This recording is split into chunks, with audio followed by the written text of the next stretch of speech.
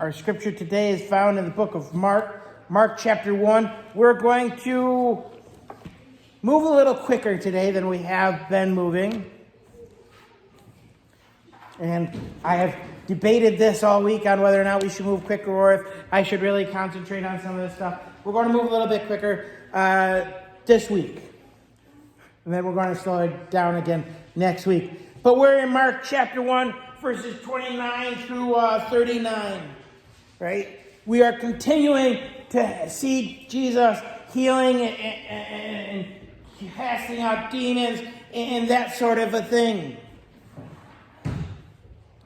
And we really get kind of a pattern in this section of Jesus' ministry. And so let's read what's happening in Mark chapter 1, verse 29 through 39. Now, as soon as they had come out of the synagogue, they entered the house of Simon and Andrew with James and John. But Simon's wife's mother lay sick with a fever, and they told him about her at once.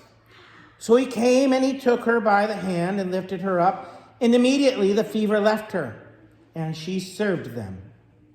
At evening, when the sun had set, they brought to him all who were sick and those who were demon-possessed. And the whole city was gathered together at the door. Then he healed many who were sick with various diseases and cast out many demons. And he did not allow the demons to speak, because they knew him. Now in the morning, having risen a long while before daylight, he went out and departed to a solitary place, and there he prayed. And Simon and those who were with him searched for him. When they found him, they said to him, "Everyone is looking for you." But he said to them, "Let us go into the next towns, that I may preach there also, because for this purpose I have come forth." And he was preaching in their synagogues throughout all Galilee and casting out demons. Right? And so this section kind of gives us an overview for how the ministry of Christ worked. And I want to note that this isn't just how Christ's ministry worked. It's actually the same pattern that Paul follows. Right? The first thing he did when he got into a town is he went to the synagogues. And I've been thinking about that, and it keeps coming into my head oftentimes that, well, he was going to the synagogues because the first place he was going was the religious institutions. And it's like, okay, yeah, the synagogues were the religious institutions, but that's not it, right? It's not just they were the religious institutions, right? They were the common place where people went to exchange ideas, to talk, to discuss, right? I'm a fan of Martin Luther, and oftentimes we look at Martin Luther and the 95 Theses he nailed to the church door, and everybody's like, what an act of rebellion, and being the rebellious person that I am, it's like, yeah, rebellion. He wasn't rebelling, right? That wasn't Martin Luther's idea. He was putting them on the door because the church was a place to discuss things. And that actually, in the time that Martin Luther was around, you nailed things to the door to say, hey, this is what we're going to discuss today. We need to understand these. We need to talk about this, right? And so Jesus goes to the synagogue first because it's where the public forum is. It's where people go to discuss ideas. We find, if we examine Paul's ministry, that Paul also does this. Wherever Paul goes to the public forum where intellectual ideas are discussed.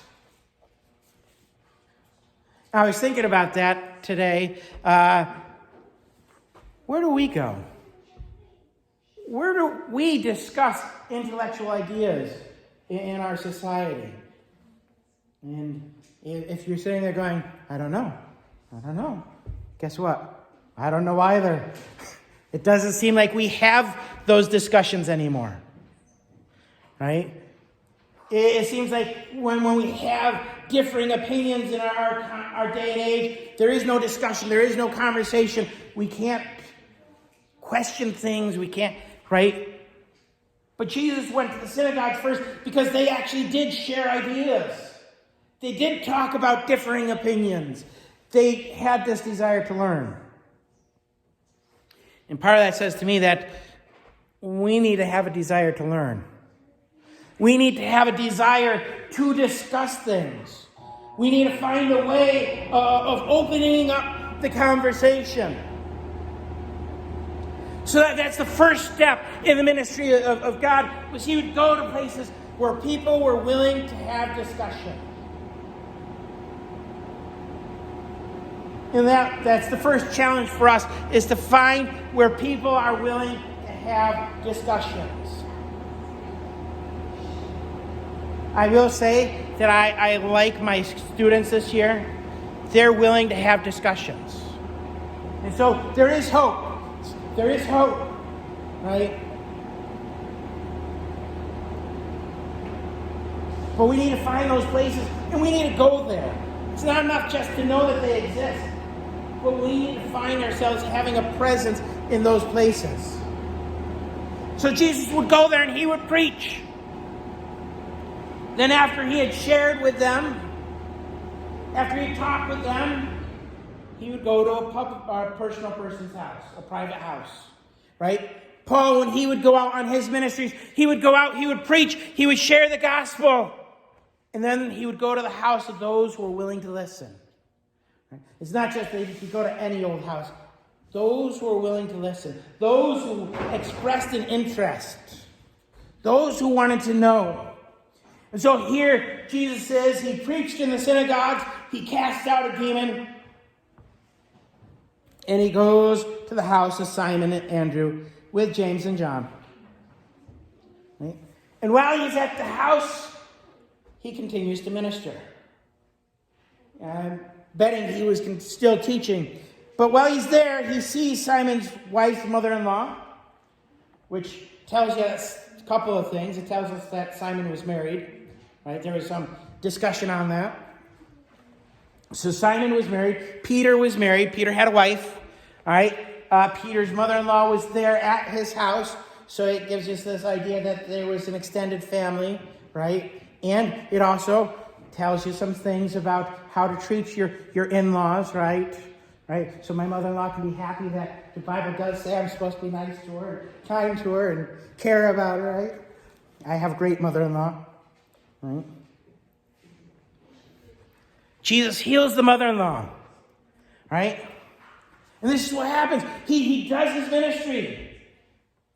And then the response to the ministry the mother-in-law gives is she serves them. After he has done his ministry, she serves them. And that's kind of the way it works, right? People minister, those who are ministered to serve the one who ministered. Everybody's trying to serve each other. Everybody takes care of each other. And I'm a firm believer that it is that privateness that people see a little bit of. And when they see a little bit of that, they go, hey, there's something there. We need to do something. We need to join. We need to be a part of that. Because we all there's a pull for people to serve each other. A lot of people want to do it without God. And it just doesn't work without God.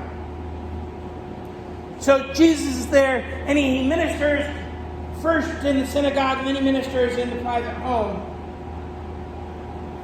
And then we have verse 32, at evening when the sun had set, they brought to him all who were sick and those who were demon-possessed. We have to ask this question. They have a pronoun there, they. Who is a they? Right? They. We could go, well, it's just the people of the community. In English, that's not how the pronoun would work, is it? Right? It's one of those things that I like to try to tell my students, is the pronoun generally goes to the last nouns that were used, right? The last they really here, we have Jesus, we have Peter's mother-in-law, but it's not Jesus because they're bringing it to him, right? So it can't be Jesus. So the they before that would be Peter and Andrew and James and John, right? Because Simon is Peter. So the 4 disciples really are going out and bringing everybody in. They're inviting people in. Right? So Jesus is ministering here, and the disciples are bringing the people in. They're going out and saying, hey, there are sick people. We need to go find them. Right? There are sick people in our community, people who need Jesus. We need to go out and find them. We need to bring them in. I think, interestingly enough, this isn't just the way Jesus did it. It isn't just the way Paul did it. This is actually kind of similar to the way that that guy who preached a lot, Billy Graham.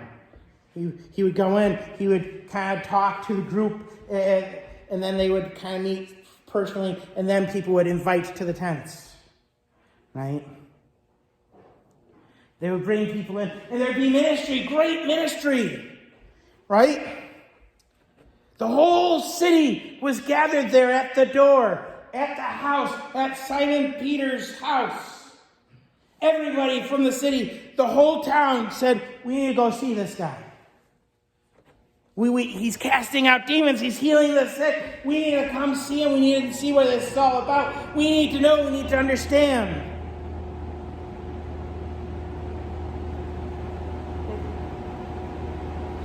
It's a beautiful thing. It's a wonderful thing. And it's not just here that this happens. It happens like every place Jesus goes. In fact, at some point, it gets so bad that Jesus is no longer able to enter into the cities because there's too many people. They'll never let him get into the city because they're all gathering around him because they know he's coming. It's how thousands were added to their numbers daily. And so Jesus is there, and he's got this ministry. And he's healing the sick. He's casting out demons. Now something happens in this ministry that gives us a pause, a little question. As he's casting out the demons, it says, he did not allow the demons to speak because they knew him. And so this has caused a lot of questions amongst a lot of people of, well, why? Why is them knowing him a reason to stop them from speaking? In my search for the answer, I came across a guy by the name of Weird, W-E-R-D-E, not Weird, W-E-I-R-D, who tried to argue that, well, Mark added that little bit in.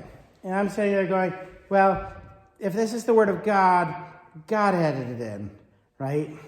For one. And he said, because Mark was trying to show Jesus slowly revealing his divinity, slowly revealing his messianic thing. And I'm reading through this, and it became very popular, this idea. It became very big. And I'm sitting there thinking, wait a minute. Did they read the book of Mark? Didn't we already discuss in Mark that Jesus has been revealed by the Holy Spirit at his baptism, right? He said, look, behold, this is my son. Where was it? Mark, baptism. 11. Thank you. Verse 11. Then a voice came from heaven. You are my beloved son, in whom I am well pleased.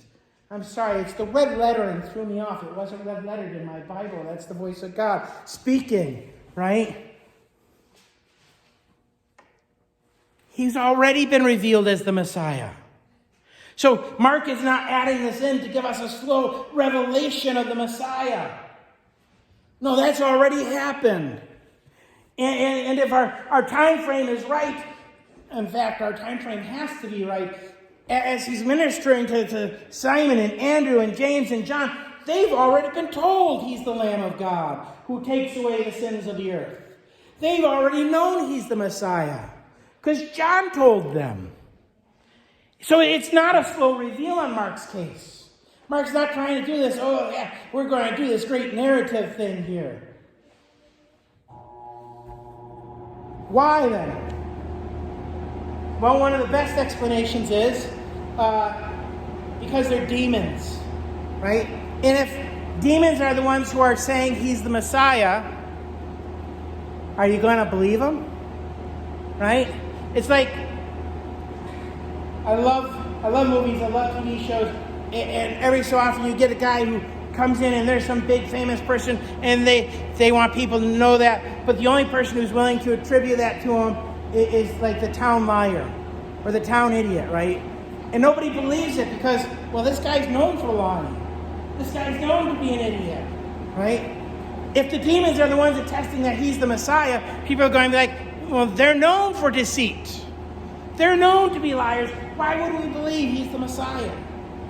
In fact, in Mark chapter 3, that's kind of the thing he's pointing at is you cast out demons because you're Satan's spawn, right? You're with them. You're in cahoots with them, right? And so he's keeping them silent so that people can't say, hey, they're the ones giving you the credit, right? He's keeping them silent probably in that regard. Another argument was because they're demons and he doesn't want such a beautiful thought to be on their unclean lips, which is also possible.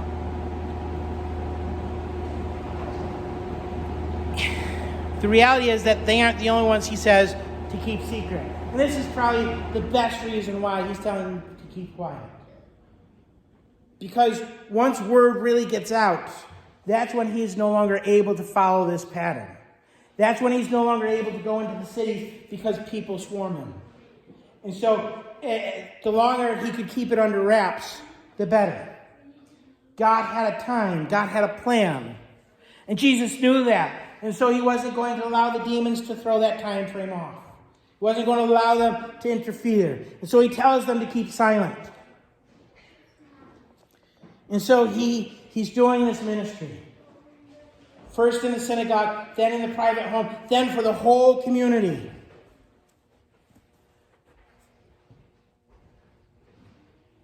And then something happens in verse 35. Now in the morning, having risen a long while before daylight, he went out and departed to a solitary place, and there he prayed. Right? He's doing the ministry. And then he gets up early in the morning and he leaves. He gets out by himself. And I have to ask the question of why. Right? Because I think what he's doing here is important for us. He's setting an example. I think that this whole section here is an example of how ministry takes place. And so my first reason why, the first one I would come down to is ministry is tiring. All right? Ministry is exhausting. Every job that I've ever known is tiring and exhausting. And Jesus has been working. He's been doing what his Father called him to do. And he just needs a break. I know that many of you guys, you're hard workers. You just keep going and going and going. And when it comes time to take a break, you feel guilty. Don't feel guilty. Right?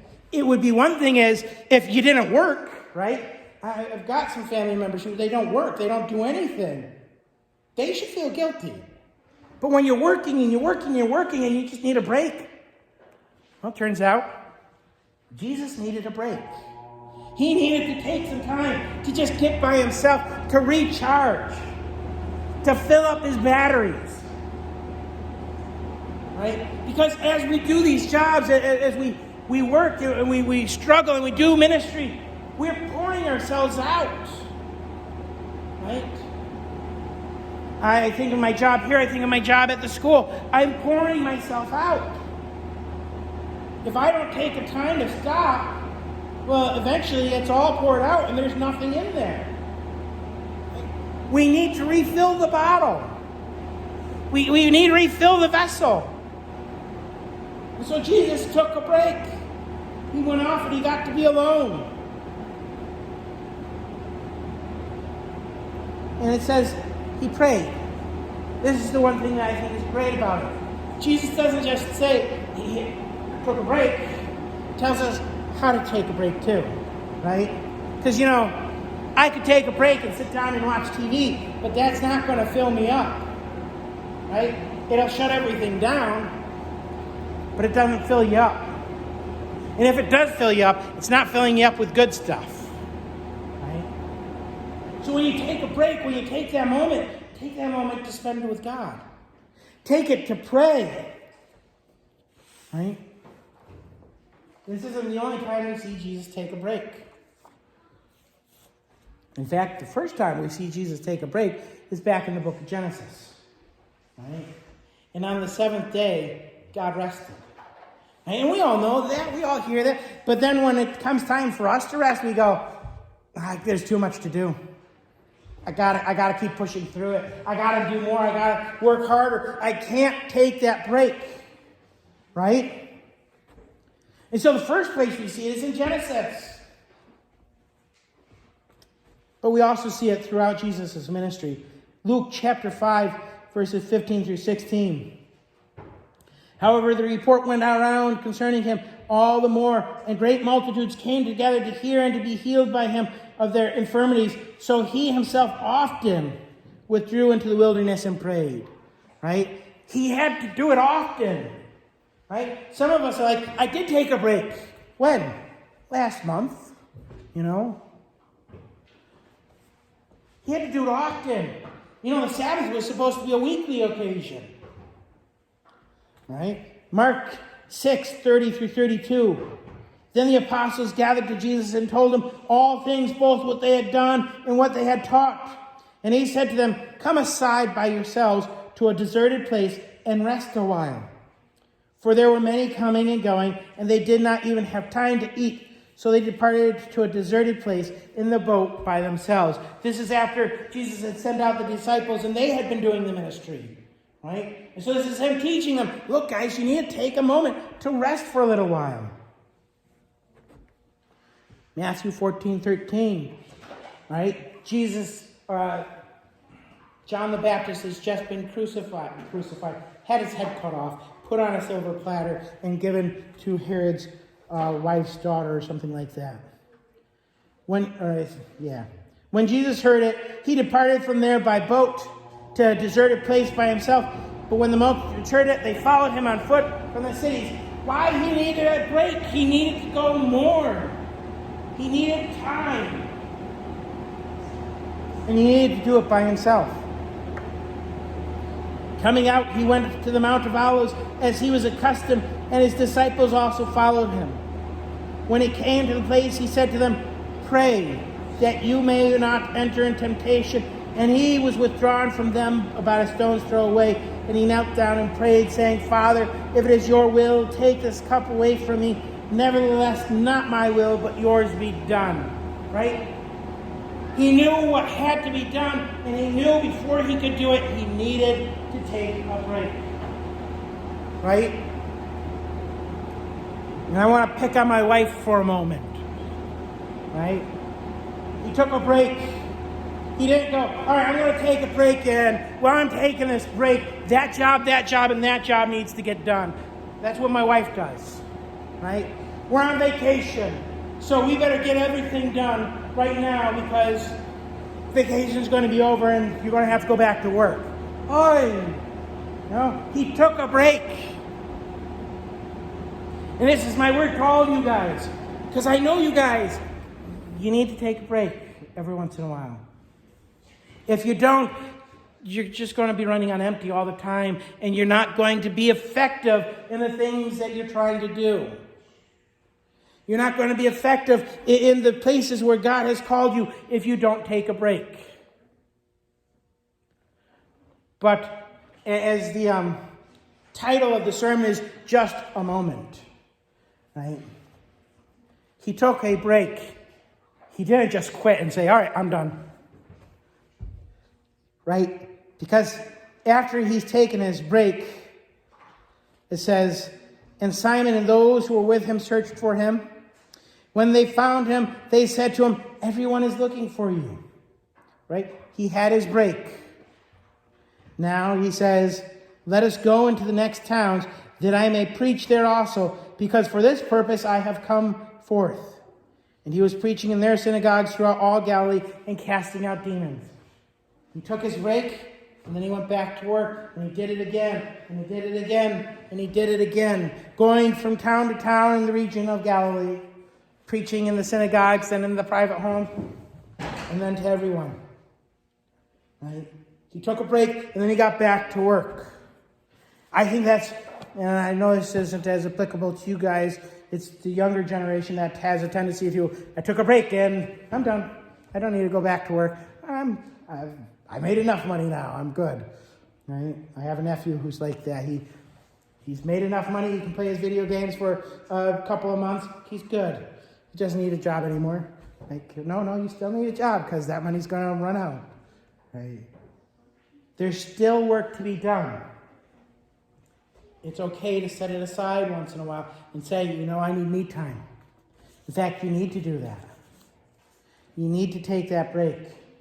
You need to take time to be just you and the Lord.